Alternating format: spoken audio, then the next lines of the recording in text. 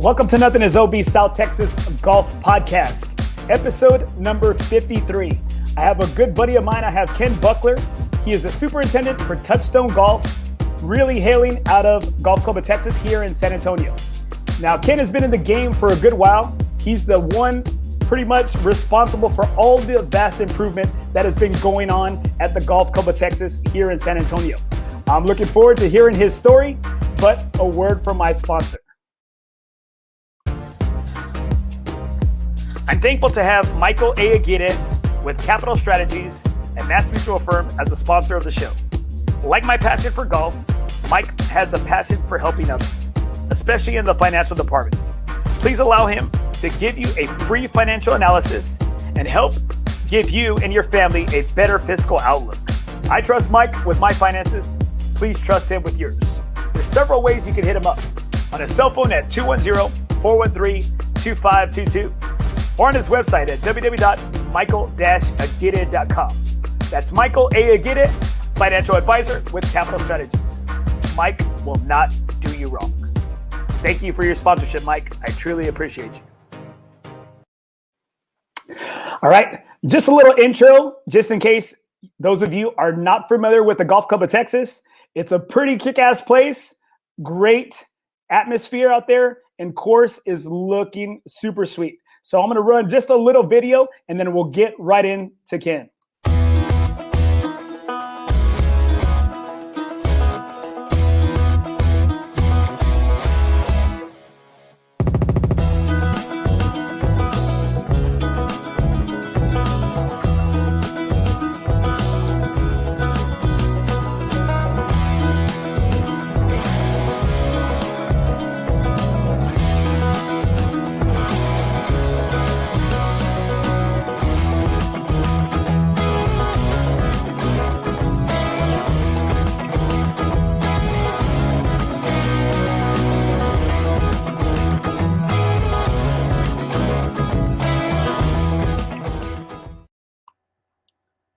All right, hailing from the Bluegrass State, from Lexington, Kentucky, I have Ken Buckler. How you doing tonight, Ken? Good, Andy. How you doing, buddy? I'm doing well, man. I really appreciate you being on the show. Been dying to have you on for a while. I'm glad we can finally make this work. I appreciate it. All right, Ken. So to start things off, how did you make your way all the way from Lexington, Kentucky to here in beautiful San Antonio, Texas? Man, it was a long journey. I actually, I'm from Lexington, but moving out here, I moved from Hickory, North Carolina, where I was a superintendent at a golf course for a management company called Warrior Golf. Well, I was there for about 2 years, and then found out that Warrior Golf is filing bankruptcy, so I had to start weighing my options. Luckily, I came across Touchstone Golf. They offered me a good position. And I actually went with them to Golf Club of Texas in Concan before making my way here to San Antonio. Now, hold on real quick. There you go. Now, some people have told me that the Golf Club of Texas there in Concan, which is about, I'd say, what do you think, about an hour and a half outside of San Antonio? Yeah, about an hour and a half. Okay. It's just, I'd say, about just up 90, right there around Gardner or Concan. Now, a lot of people say that there's a lot of similarities with that course and then the Golf Club of Texas, maybe dealing with the course setup or the clubhouse area. No, totally different. We got Golf Club of Texas in Concan, which they sold it and everything last year, but it's more of a hill country golf. Like you have the mountain scenery, I guess, throughout the whole golf course. Totally different grasses. It's more or less a good place to go for vacation. Now, Golf Club of Texas here, we have more of a more open field than that golf course. We're a little bit more, our fairway's a little bit more open, and I don't know, layouts is totally different. Now in the Golf Club of Texas at Concan, one of my good buddies, Gabriel Gonzalez, and I'm sure you know him. He used to be one of the the guys who helped run that place right there. Now, he told me that when you were there, things were looking good, and now it's gone just a little bit downhill since you left. It has. When I got there, they were having issues, and I was bringing it back. But now I guess I can't dog it because the new owner has been putting a lot of money into it. He's trying to get that place back up and going. This is going to take time, like anything. Once it gets that far gone, it's going to take time to get it back. But when it does, I think it'd be a good course for somebody to go do a stay and play and enjoy it. Well, now looking at your resume, I see Penn State turf management. Now, Yeah. what does that entail? Because over the years of running this golf podcast, I'd like to say I've picked up a few things in the agronomy department. All right. So tell me, what does that turf management at a Penn State entail? It pretty much teaches you everything you need to know about turf. Like in our industry, our soil temperatures is like our bread and butter. If our soil temperatures aren't right, then our grass isn't going to grow right. Fertilization, you have to know the keys of fertilizer. You have to know when to put it down. You have to know when to spray. You have to know what to spray. There's just so many elements in this business that a lot of people don't realize. They basically think, oh, you're a golf course superintendent. Oh, you mow grass. No, that's not the case. There's a lot that goes on with my job, and Penn State taught me all the book work, but a lot of my experience has been in the field. I mean, I've been doing this since 1998. My first golf course job was an actual grow-in, so I got to see everything from start to finish, and that's what made me fall in love with the golf industry. Just seeing how everything was put together, watching greens grow in, watching fairways come together. It was just, I just fell in love with it. And before that, I had a business degree. So it was just like I went from a business degree to, okay, I'm going to do turf, and I never looked back. Well, I'm going to tell you, you make a lot of us guys jealous with a lot of the pictures that you take in the morning and you post on social media. Like I got one right here of 14, and it's so annoying seeing you post pictures like this. And I'm just like, dang, I said, you know what? You're making my mouth drool here, and I'm jealous of the views you get to have every morning out there on the course. Oh. And it's just like, I was like, you know what? Ken's a big tease. That's what I do, Andy. I make you want to come out there and play. Oh, hey, well, you know what? If that's what you're trying to do, you're getting the job done over here, man. I'm trying to find a way to get out of work early, like Jeremiah does, all the time, just to get out there to the course. No, that's my favorite time of the day. I love that morning sun coming up and just, I don't know, the golf course just pops. Between that and then, of course, in the evenings, my wife and I, we love going out and doing our sunset drives around the golf course because it's just the way the sun hits the golf course is amazing. Yeah, I have a couple more pictures right here. I got a picture right here that you took of hole 3, and I'm just like, damn. I said, this guy must be real tech savvy, or he must have took a photography class in college or something. I was like, this is super scenic. I was like, this is like bathroom painting material right here, And so, I do love my pictures. Oh yeah, man. Well, you know what? I really think that I totally understand that it's not just one person that helps make up a course, because I know you have to have a strong team behind you, and you got to get a lot of guys to get on board and to see your vision, as crazy as it might be at times. Because I know since I met you in March of, I think, in 2020, in March 2020, because when I met you out there at Pleasanton Golf Course, that was when Sean had just brought you on, because you had just recently became the superintendent there at San Antonio Golf Club of Texas in San Antonio. What do you think has been some of your biggest challenges in bringing the course up to par? Definitely the greens. I mean, since day one, all I've kept hearing from the members and people who played there in the past, our greens were the worst. So that's probably been my biggest challenge. But we did, I just started doing things that they did not do in the past. Started doing more of a verticut on the greens, top dressing, um, just and fertilizing more, and brought them to where they are now. I mean, it took us like 6 months to get them to where they are now, and we're just going to keep thriving and getting them better from here on. Well, shoot, man, I totally think that you're achieving that. And I always hear y'all guys talk, you supers talk about your different type of cuts, your different type of dressings and toppings. And a couple of things that I've picked up along the way is we were there super early, I think, for a tournament, and Zeke didn't let us go off because of the fog the frost. There was a frost delay. And, I'm over here, I'm constantly listening and watching golf shows and listening to podcasts about golf.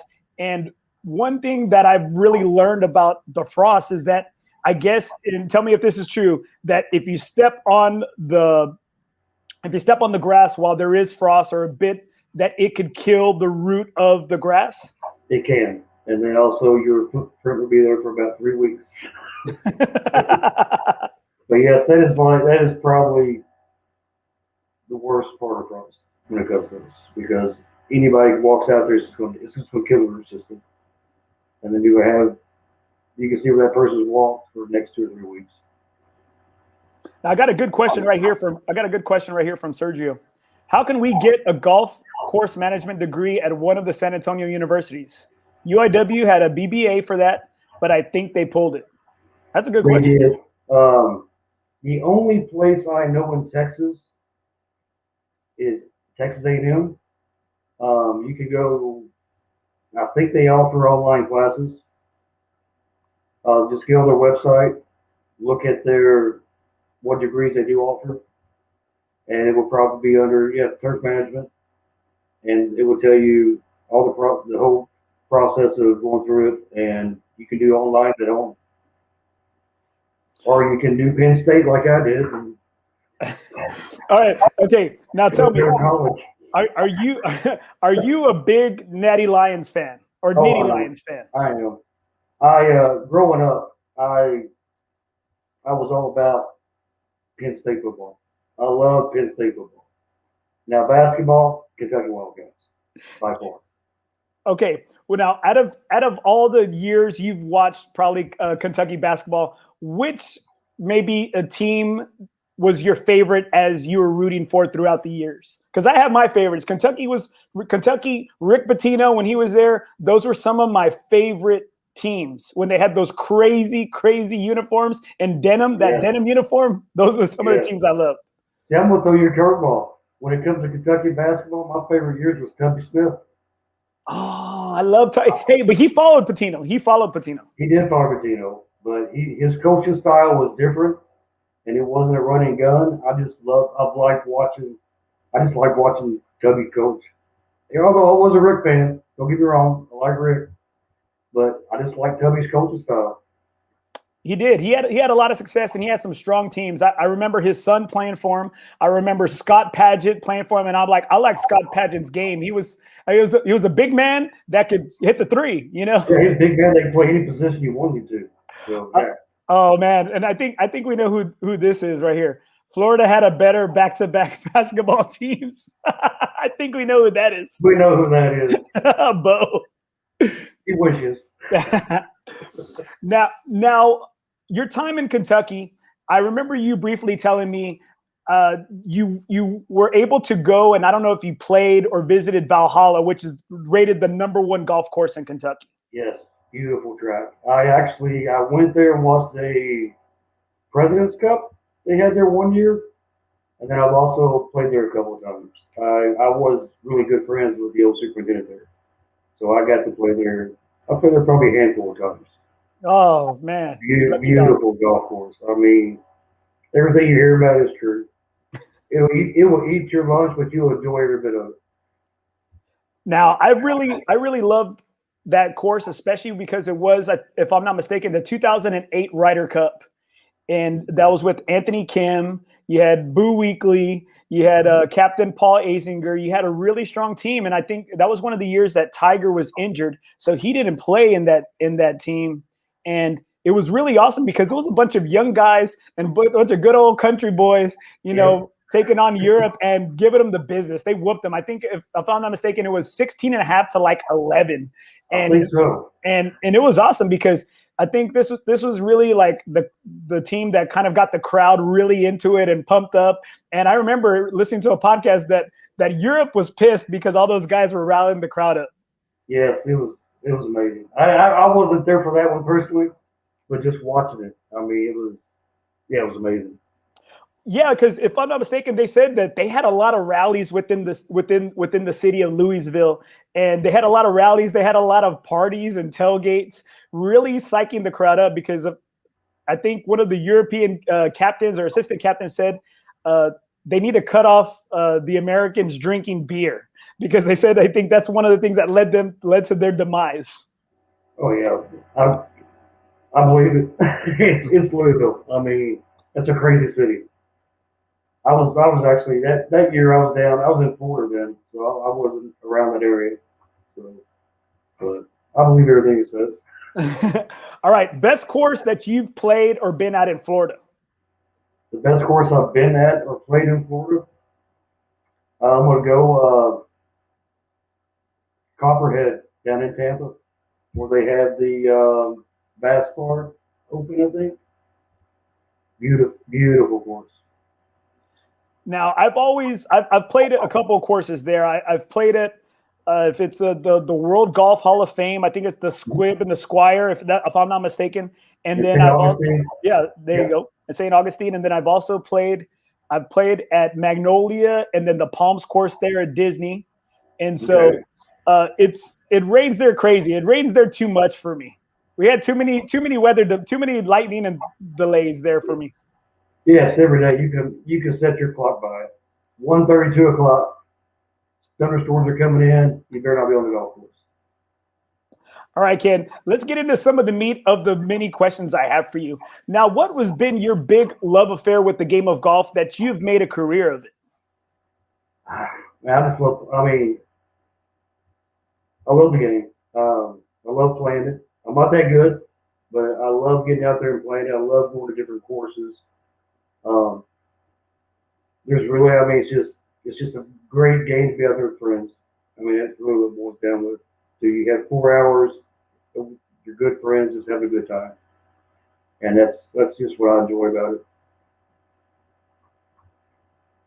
it. So tell us, what is a day in the life of a superintendent at a golf course like? What time does it start? That's one of the big things. I want to know.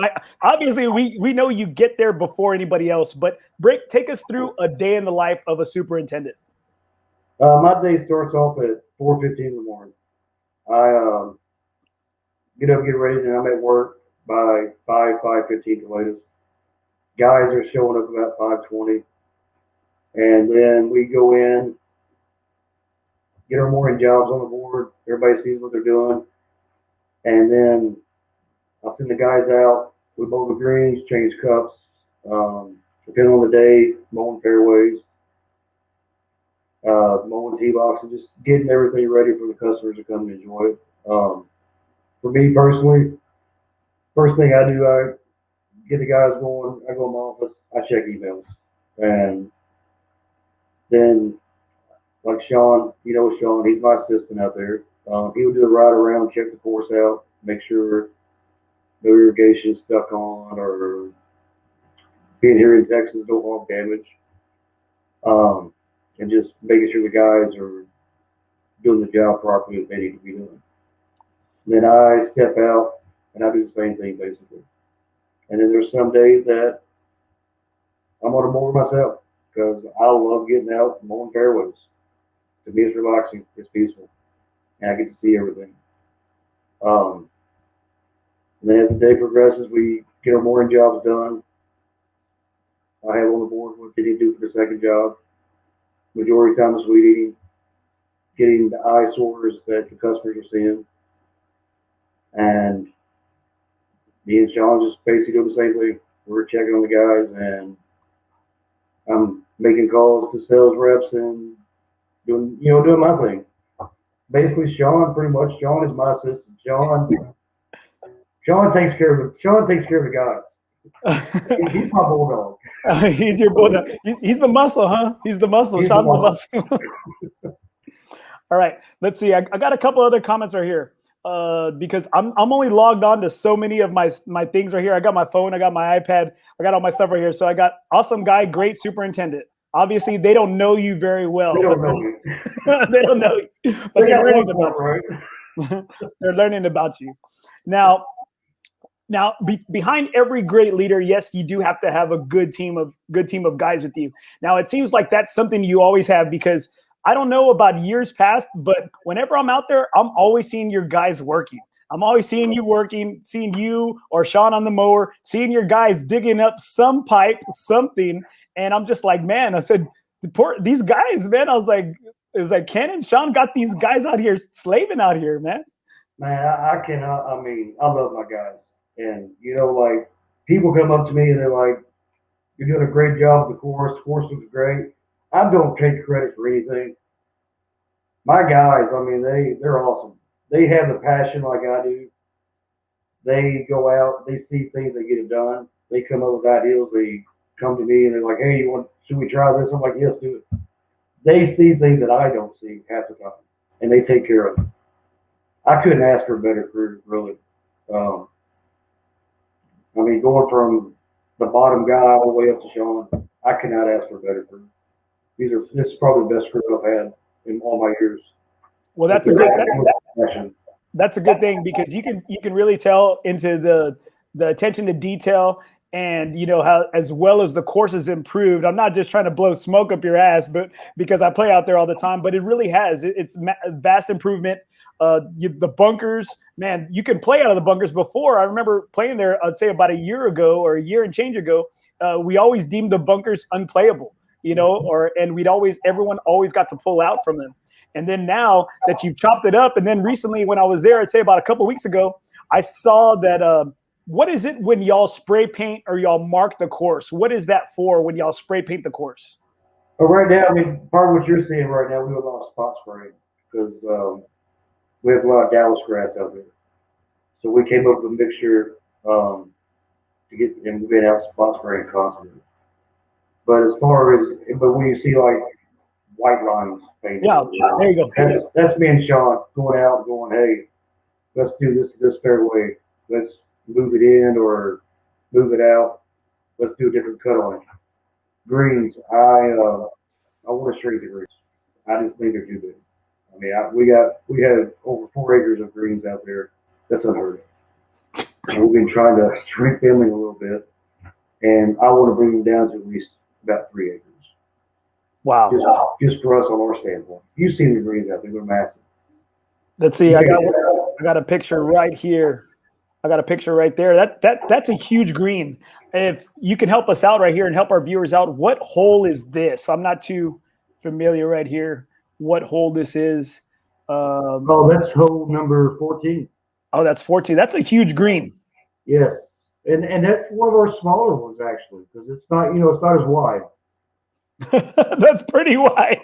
But long wide, because I'm looking at it from the side, looking at hope and going to 15. That's true. It is kind of short width wise.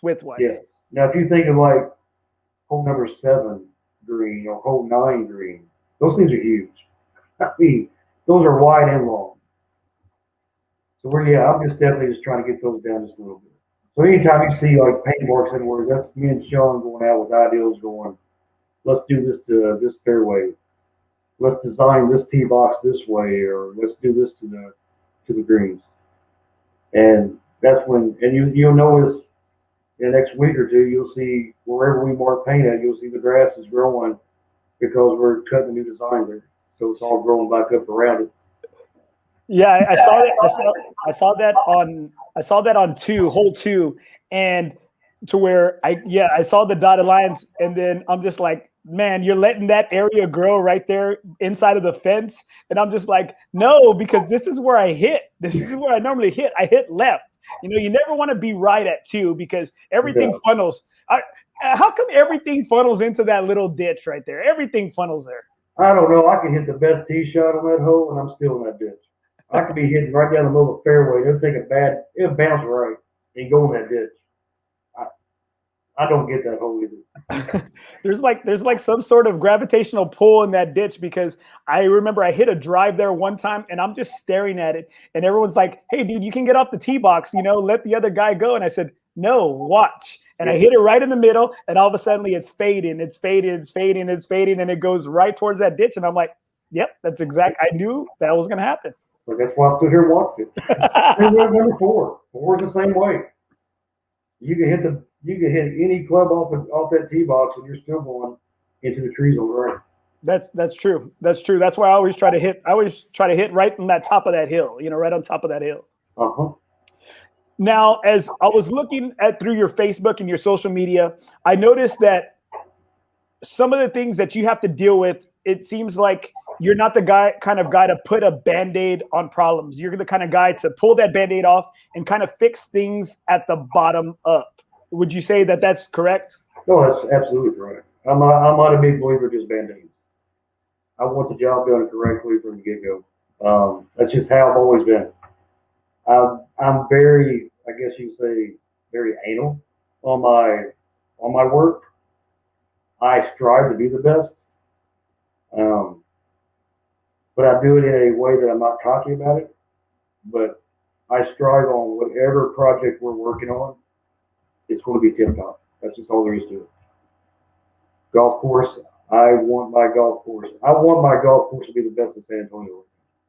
And it will be. And that's not me being cocky. That's just me saying it's going to get there because that's just how I work. I don't like being in second. I don't like being in third. I want to be right there at the top.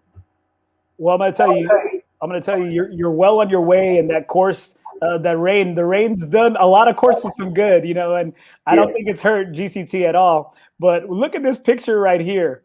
Why don't you tell me a little bit about that big rain we had a while back? Oh, yeah. Yeah, that's the one bad thing about GCT. Anytime we just get a couple inches of rain, everything filters down from where they're doing all that construction on 211. It all drains down on our golf course. So anytime we get big rain in like a quick moment, I guess. I mean, it comes in and moves out real quick, but it's downpours, we get flooded. That's the only bad thing about GCT.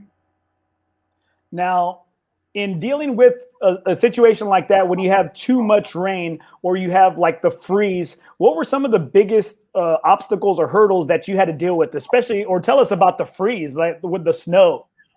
The freeze, I mean, really, we were fortunate. I mean, there was a lot of courses here in San Antonio that they had Bermuda grass and the freeze hurt them. They had a lot of winter kill. I just pretty much, I've been reading. This is my first time having a Zoysia golf course, so I've been doing a lot of research on it. And really, the only thing that I did, we watered the greens before the rain or before the freeze came in, and then I just let Mother Nature do its thing, and we came out of it fine. Just because the Zoysia grass it can take a beating, and we were fortunate that nothing happened to it. Because I know down the road they had a couple of their tee boxes, some spots in their fairways, some of their greens got winter killed because of the freeze. We were just fortunate enough that it didn't hurt us at all.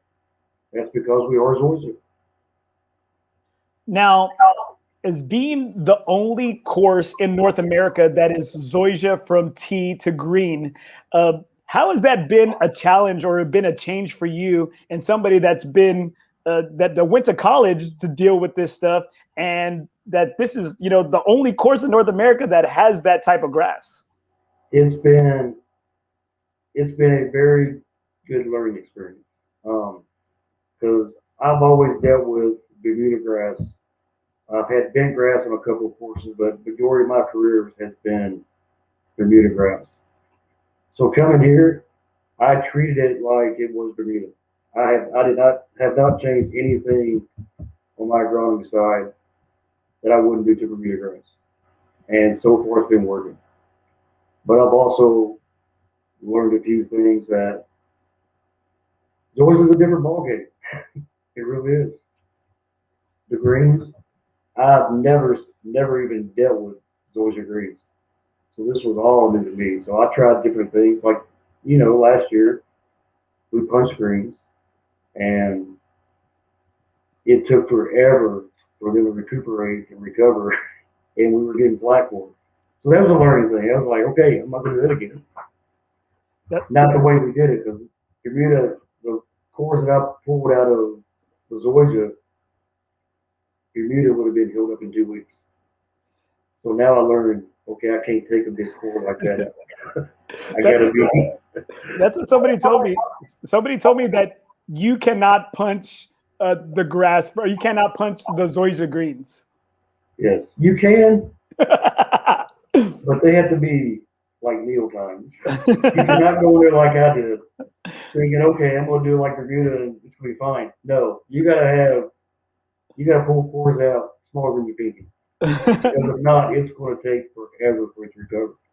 Because Zoysia, unlike Bermuda and big grass, they grow outwards, so they cover it a lot quicker. Zoysia, it grows up. It takes it a while to recover and go out. Yep. GCT greens are in the best condition, thanks to Ken. I totally agree. They're rolling really true right now. They look green, they look flush. And I think that's one thing that's a benefit of the Zoysia is that it doesn't leave a lot of ball marks or spike marks.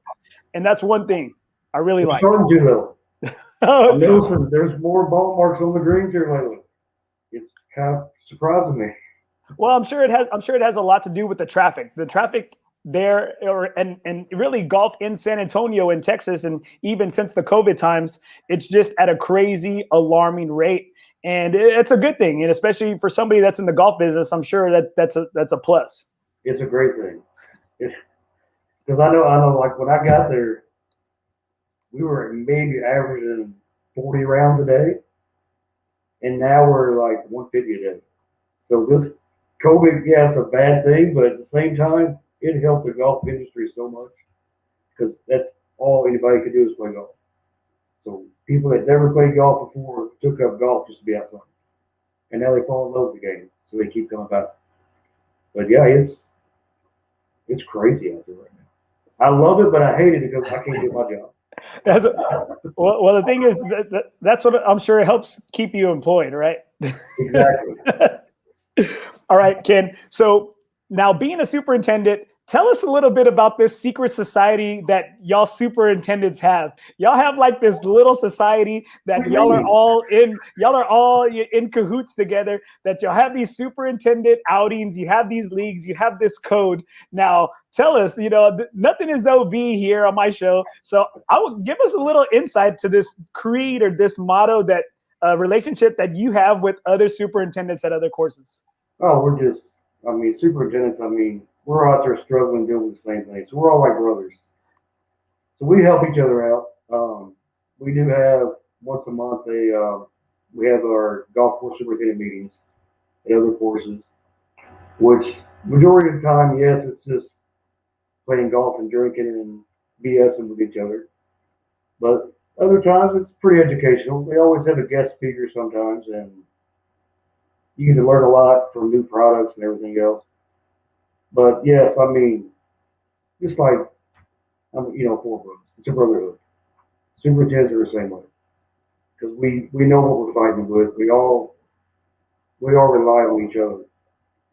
Because if I have a problem, I'm gonna say Briggs Ranch. I'm gonna call Nick across the street and be like, Nick, hey, I'm dealing with this. Need suggestions, and he's gonna suggest something. And same way, he does the same thing. It's just like we just help each other out. We're competing with each other, but at the same time, we're helping each other. because it's just a place that brotherhood. That's all it is.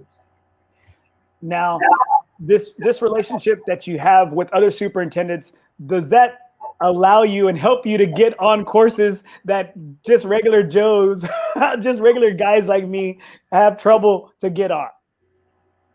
It does.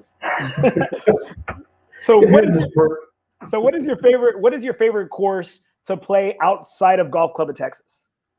Are we talking in San Antonio, or are we talking? Yes, here in the greater San Antonio area. You're gonna get me in trouble. Honestly, I really enjoy Oak Hills.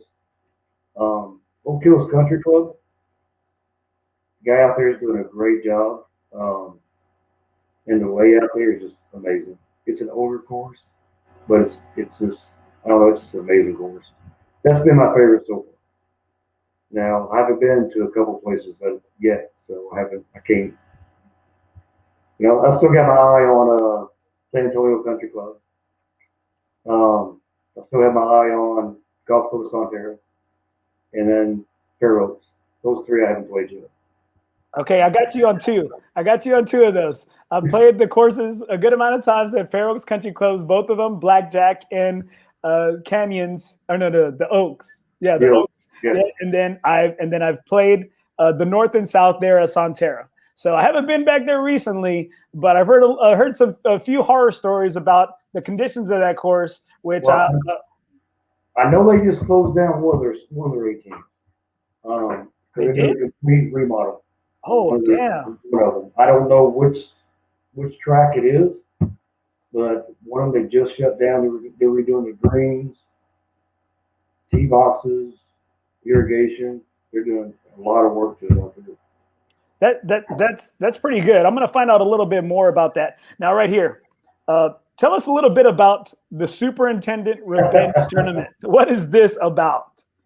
That is pretty much me and my guys setting up a golf course the way we want to, and putting obstacles out there to make it very tough and aggravating for the average golfer.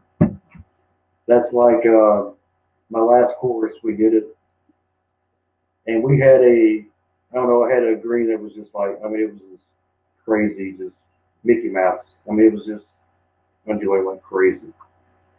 And I put the pin like on a hill, and it was literally like at a 30-degree angle on a slope.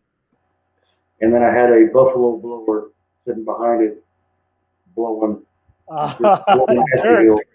Yeah, it's just stuff like that. It's just, you do whatever you want to do that course that day, just to pretty much give back to everybody who complained the whole year. But it's a fun tournament. Zeke and I have been talking about it. We're going to do it this year. We were going to do it last season, but some other tournaments came up in the month we was wanting to, so we put them first. But this year we're going to do it. We're going to do it about October. Just let everybody come out there and not expect to shoot well by any means. Well, the thing is, I was going to ask you about that. I was like, because sometimes I see you put these pins in some funny spots.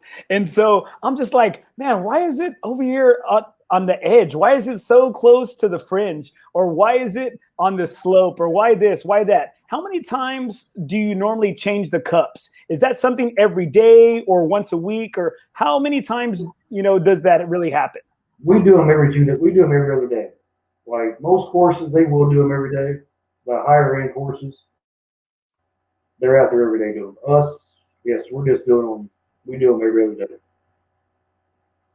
Now, in regards to your favorite courses are here around town, what do you think is something that Golf Club of Texas is doing that's really setting y'all apart from the other courses? Just improving. Right now we're just building. That's all there is to it. We're putting so much more, I guess I want to say money and efforts into the course. And we're bringing in, you've seen it in the past 7-8 months, the new faces that have been coming in. We've been bringing in top-notch employees. And it shows. My staff, I haven't brought anybody new in, but We got a new GM. Shane Pearson. He used to be out at the Republic. Great guy. And as you can see, he filled the pro shop up. So we got a lot more apparel, golf clubs. I mean, that place, since I've been there, it's never had anything like that in there. So now seeing it there, so that's helping out. That's getting a lot of new customers in. Just course conditions. They did the boat renovation last year, something that had to be done because they want to get to that next level. So it's just stuff like that. And then of course, the restaurant side, the past couple of years has not been that great. They brought in Michelle, great chef, different platters every day. I mean, we never had daily lunch specials. Now they got that going. It's something different every day. She does a great job, and we're just building off that, and people see that. Well, one thing that I really see a lot is that I see a lot of people come in from the area to just eat there for lunch, and they frequent there. And that's one thing I notice when I'm there for like a daytime round is that I see like a lot of guys, hey, they're in the work industry, they're in the business industry, and they come and they meet here for lunch. And as a golfer, I'm like, man, why would somebody come eat here? I was like, there's nothing but golfers drinking beer, ordering wings and stuff. And you know what? These people are here. They're having business meetings. They're coming here like to eat like a legit, restaurant establishment. And so it does say a lot about the quality that y'all are putting out there. And you're making it a super friendly atmosphere because it does. It's got a good vibe. You can say it's got a good vibe. Everybody there is so, from my guys, the pro shop, to the restaurant, and up, in both. He does the event coordinator. Everybody is so personal with our customers. They treat them like family. They welcome them open arms when they walk in the pro shop. You cannot ask for a better vibe when you walk in that place. I totally agree with that. I think, and a lot of courses do it as well. But Golf Club of Texas, I think y'all are helping break kind of that stigma of that really that elite air that sometimes, maybe that's given the golf industry a bad rap in previous years, is that where people are afraid to go into the pro shop. They're afraid to ask for certain things. They're afraid to ask for instruction, afraid to ask about clubs or ask about a fitting. And I think one of the things that your club, Golf Club of Texas at San Antonio, is really doing is kind of breaking down some of those negative stereotypes, especially with the diverse golfer that's out there now. It's not just an old white guy, doctors, lawyers sport anymore. It's a sport for everybody of all different colors, all different backgrounds, different ages. And it's great that y'all have really kind of helped break down some of that, conceitedness or some of that eliteness that has been always kind of given golf, like there's that negative stigma about. And it seems like y'all go the opposite direction when you walk through the door, you walk into the clubhouse, you walk into the kitchen, you walk into the bar area. You'll make it super friendly. And it's really been like family friendly as well too, that, you got the big checkers out there, you got the cornhole out there, and it's been a lot more family friendly. Yes, I agree. And that's what we're driving on. That's why you see sometimes on our Facebook page the events we have out there. We're doing a big 4th of July family, fireworks, games, everything to bring the family out. I think we just had not too long ago, we had something else like movie night or something, because they want to keep that family atmosphere going. And that's how it should be. Yeah, it's this right here. Comment is elitist attitudes are killing the game. Golf Club of Texas is different, and that's an awesome feeling. Well, I think a lot of courses are doing this. I think a lot of courses are doing it now. I know Ruben Cadavale with Alamo City Golf Trail, you can tell they're kind of overhauling their employees. And I've seen a change within this past year for the trail and the public courses here in town. And I see it at a lot of courses, and it's a great thing that, like you said, y'all might be competing against each other, but at the same time, y'all are in this industry to really help and grow it. And I think that's such a beautiful thing, especially for somebody that's got two young daughters. I teach and coach, and I'm trying to get the youth into this game. And it's just, everyone's feeling good about going to the golf clubs now, and that's a great thing. I think that's something that's totally changed within this past year, and that's a great thing. It is. I couldn't agree more. Like even when we go to courses, even though the guys don't know us there, but the superintendent set us up for course, play and everything.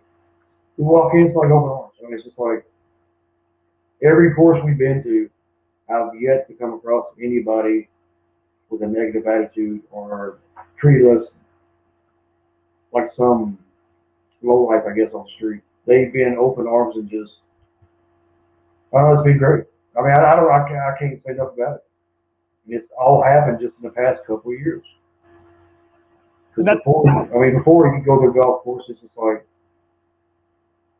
you get a pro shot, they push you back out. I mean, that's the way it was. I totally agree with you. I totally agree with you. They're not as personal. All right. So let me ask you right here.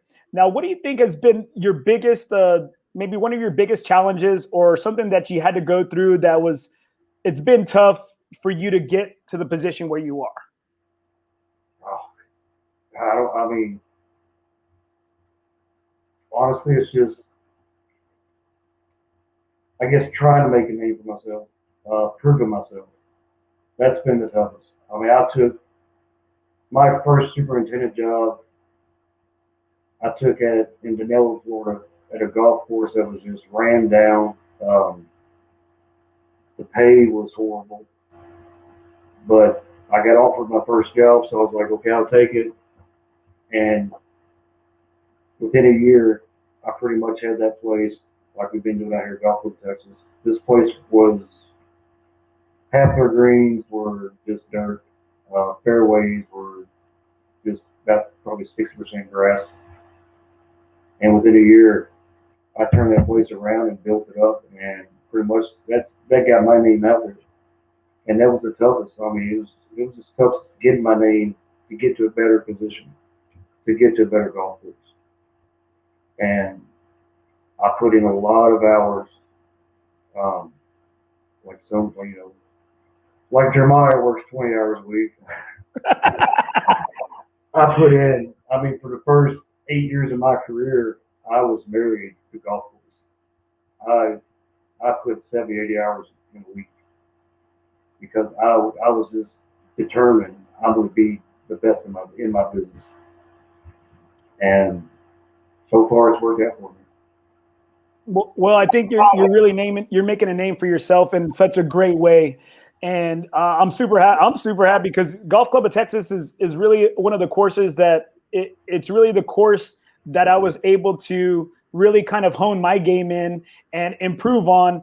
And, and that was well before you got there. That was when it was still a Lee Trevino, course. We would go there, man, so long ago. They do dove hunts out there. We would go out there, and I mean, it was one of our favorite courses when there was no homes around there. And it's really nice. It's really nice as somebody that really loves the place, that loves golf, that really tries to help promote it. It's nice to see it getting in the condition that it really needs to be in. All right. So tell me, favorite golf memory. Oh, favorite golf memory. Wow, man. So many. Am I playing the game or just am I a spectator? Or? It's anything. Hey, nothing is OB, dude. All right, nothing is OB. So you tell me. Really, my favorite memory is just being at Valhalla and watching the guys play. Really, I mean, that was the President's Cup. That was like 3 years, I think. It was the President's Cup. I'm sorry, the President's Cup.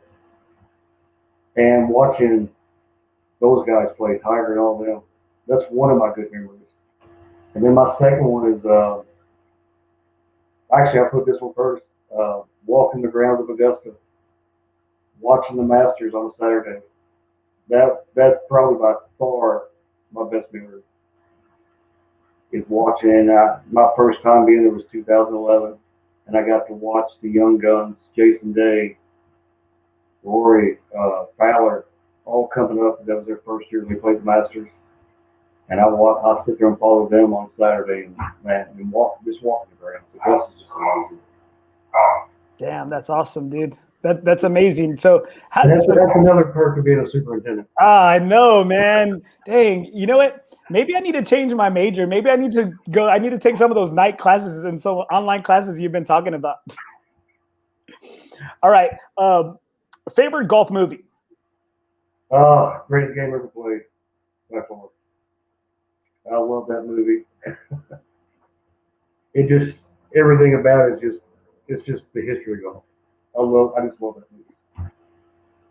It is a great movie. It's so funny because like you're like the third guest in a row that has said that was their favorite movie, and I'm just like that's like my favorite golf movie. So yeah. You know what? I'm crushing on you right now. Okay, I'm crushing on you right now. Well, everybody says Caddyshack, everybody says Tin Cup, but no, greatest game ever played is you're going back when golf was golf. That's just I don't know. I just love that movie. See, I love that movie, and I really get kind of those same feels that movie has is when I'm at Old Brackenridge Golf Course. You know, because you see you got the square greens, and you got the old starting shack, and you got the old building, the old clubhouse, and so you kind of get some of those old school vibes. You can kind of get the spirits of the old game of golf. That's it. I'm the same way. And I do what they do in that movie. Like I'll sit there, I get on tee box, and if I'm on a tree line fairway, I'll sit there and just vision those trees are gone, and it just opens up into a field. All right, now what is your biggest pet peeve as a superintendent when you see somebody doing when you're out there in the course? Like what just pisses you off that you're going to get in the cart and you're going to go tell that guy something or girl? What is my biggest pet peeve? What gets me the most is when people drive up by the greens or drive on my par threes. That goes through me like anything. When I'm driving around, I'll see a guy park 3 feet from my greens. I'm beeline. I'm like right at him, and I'm letting him know, hey, 30 feet, come on, please. Par threes, don't drive on my par threes. I'm meant to be drove on. that upsets me. And then taking divots out of the green because you get mad about you missing the putt, so you just chop at the green. That irritates me. Well, that pisses me. That pisses me off too. I hate to see when somebody does that because I'm like, hey man, what did the green do to you? Like, come on, guy. Like, exactly. And I'm just like, you're making an ass out of yourself. Like you want to get mad or whatever. Hey, get mad. Hey, you want to break your club? Break your club. Throw it in the water. Come on, man. That happened one time. I can't remember what course I was at. I know it wasn't a golf club in Texas, but somebody got mad.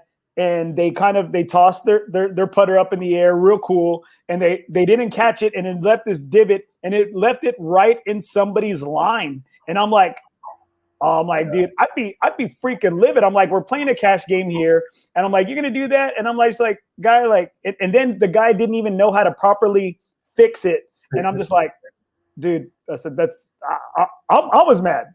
See, I can take a little ball, like a little club mark in the green. That can be fixed. But when I see a guy just take his club and just hit the green, it takes out a piece of carpet. I'm ready to kill somebody. Oh man, somebody goes, don't spit sunflower seeds on the green. Damn, this is me. This is me. That's me. That is me. I'm always trying my best to not spit because I got ADD, right? So I got ADD, and there's always I'm a head case when I'm out there in golf, and so I need to be chewing on gum. I need to be eating something, so I chew a lot of sunflower seeds, and just to kind of keep my mind working, right?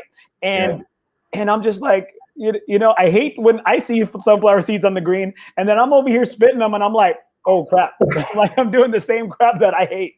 We have one group that comes out, and we still can't catch the guy. But it's like he will spit sunflower seeds all over the green, like I don't see how people putt because it's just like, I mean, it's everywhere. And it's on every other green he does it. And it just, me and Sean just got irritated the hell out of it. This poor other seat is like, who is this guy? Been going on for like a year now. It's not me. It's not me. I just spit a little bit. All right. I don't leave a trail of breadcrumbs. It's like I don't know. He's got to carry at least a 5-pound bag around the ball. Because it's just, I mean, there's just so much. Oh man, my cheeks are hurting because I'm like that I'm that guy. That is me. I'm that guy. All right. I'll let y'all know to watch you next time you guys are playing. Oh damn! Well, you know what? That's all right because Sean always likes to follow me when I'm out there on the course, and he likes to rev the lawnmower up real loud for me. And I'm like, Sean, you can't mess with me. I mess with myself way more than anybody else can mess with me. I'm like, I don't need anybody to help me. I'm doing good by myself. All right. One of the last things here. Who are you playing your final round of golf with? Man, my dad and my uncle and my son. That's it. Where are you playing? Where are you playing that last round? If I can, that last round will be played at Harbortown. There in South Carolina. Yes, sir. It was at Nag's Head, I believe. Harbortown, Nag's Head. That's where I want to play my last round. I've never been to that course. Hear great things about it. Looking at it's just beautiful. That's where I want. That's where I want to visit. I know people say Augusta. Everybody wants to play Augusta. No. Well, I'm gonna tell you this. As I've done this show, you know, I love to hear like I hate to hear my voice, but I love to hear my guest voice. I love to hear the answers and the responses because I hear something different every single time, and it just one thing I've realized throughout running this podcast and having all the different guests on is that it's always about who you surrounded yourself with. And I know it, I see like a joy you have because you know what, as I'm there playing around, I see you and I always see you come in the evenings with your wife. And I always see you hop in a cart and y'all go and you take your stroll. And I'm just like, you take your drive around the course and you take it probably at the most beautiful time of day when that sun is setting. And I'm like, damn, I said, you know what? Thank God you're married because you know what? I would just, hey, you know what? I would ask you to marry me, Ken. I'm like, I just for the perks, you know? You know you get the perks. I do, but you know what? And it seems really nice because that's probably the time where, for me, I was at the Hyatt on Tuesday, and man, it was such, you know, everyone was scared about the rain or the rain that was going to come. But you know what? It was such a cool, gorgeous night to be out there on the course. Yeah. And we were out there, and that sun is just coming down, and I'm just like, damn, this is so badass to be out here. And you get to take your stroll out there with somebody that you love. And I'm sure like that's probably like the best feeling ever is being on your course with your wife and then being out there, you know, when the sun's setting. I mean, I see those damn pictures. I'm like, man, this guy's painting masterpieces over here. I do. That is our, we enjoy that. That's our time. We have a long day, and Jeannie, she loves, I mean, every course I'm at, she loves going out there in the evenings. And honestly, I take her out there a lot, show her what we did that day. I'm like, hey, I want to show you something. If I did something new or different, just to get her advice. Because she won't hesitate one bit to tell me, yeah, it looks like shit. You don't need to do that again. And yeah, I lean a lot on her. I mean, of course, you see pictures. I mean, she's helped me in irrigation. She helped me fix irrigation. She's been my rock, right? She has. There's been times that she'd come out there and get on the mower. She don't care. She'd come in, I mean, she was out there raking traps one night. I mean, she loves she knows how much I love what I do. She knows how much I want this, whatever, you know, this GCT especially right now. How I want that place to thrive and succeed. And she knows my passion for it.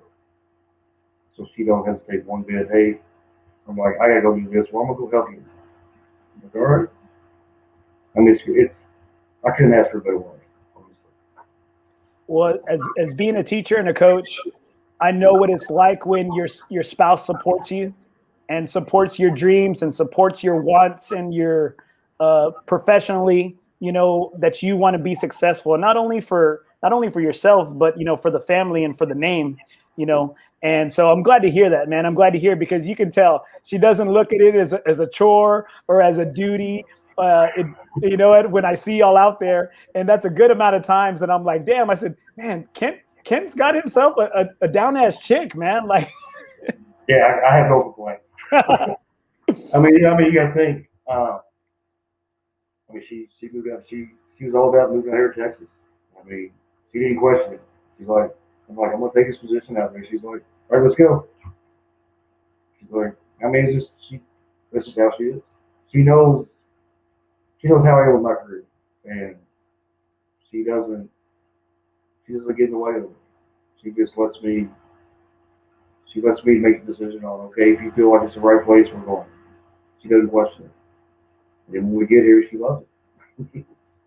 Well, good, man. I'm glad to hear that. I'm glad we have you, because you're doing some great things, and I'm really hoping that this forum does put you out there more to know the man behind all the improvements, and the man that's leading the great team that's doing such a great job. And a lot of people say, oh, man, you just kind of blow smoke up people's asses and you're just a fanboy. And I said, I am. I said, I am a fanboy. I love this game, and I love what I see out there. And this is my show. I want to let people know about it, and I appreciate it. I thank you for all the work you've done. I appreciate it very much. Like I said, I can't take all the credit. I'm not going to. I just got the job title, superintendent. Everything else, it's my guys. I told you, like I said earlier, if I didn't have the group of guys that I have that had the passion like I do, that course wouldn't be like it is right now. It'd be maybe halfway there. But right now, it's there because of my guys. They go out there, they bust their butts. They do what I ask, and they take pride in everything they do. And I'm just there leading the charge. That's it. They're the ones doing all the work. Well, that's awesome, brother. That's awesome, brother. And I appreciate all that you're doing for the game of golf here in San Antonio, because you really given hack golfers like us, a great course to play on. Did you have any questions for me? Man, I don't know. When we gonna get out and play again? Oh, man. We haven't played again in a while. Oh, man. Dude, I'm almost done. This is my last month of teaching. Thank you, Jesus. It's been a crazy year. I've been thankful. And I think that's one of the biggest things that in speaking with a lot of people in the golf game, and speaking with a lot of, pros, teaching professionals, some of the best players in the city, is that it seems like through all this COVID, we've really kind of seen and learned what's important to us. And this game has really done a lot for me, because I got to go back home. I don't think a lot of people know this. I might have said this on the show, but I got to play, I'd probably say up to this date, I'm 41 years old. I played my most favorite round of golf with my dad, his brother, my uncle, and then my uncle from my mother's side. And we had never played together. And it was just like, it was a beautiful day. I mean, we were playing in Corpus Christi. We were playing, I think, in Rolling Hills, a golf course in Calallen, Texas. They're just right outside of Corpus. And we're playing in 30-mile-an-hour winds. It was a scramble for one of my buddies, his son's baseball team. And it was like the best day ever. I mean, we were all hitting shots, sinking putts, my uncle made an eagle putt. My dad was making putts. Everybody contributed. And then we went and we had a dinner afterwards. We had a steak dinner afterwards. And it was like one of the greatest days of my life. And I don't think it would have happened if COVID never happened, because you know what, because of the circumstances and why I was there and things of that nature. And I'm just like, I said, shoot, I'm so grateful for all that we have. And it's been a great time. It's been a great time. A lot of people are looking at the negatives, man. I'm only looking at the positives, and it's been awesome, man. It's been awesome. And I'm thankful that during this COVID that you were brought to Golf Club of Texas, to improve it for us. I'm very blessed. I couldn't ask for better fortune to be. I'm very blessed to be at Golf Club of Texas and get to meet people like you. I mean, there's a great group of guys out there that I've been lucky to meet and play with.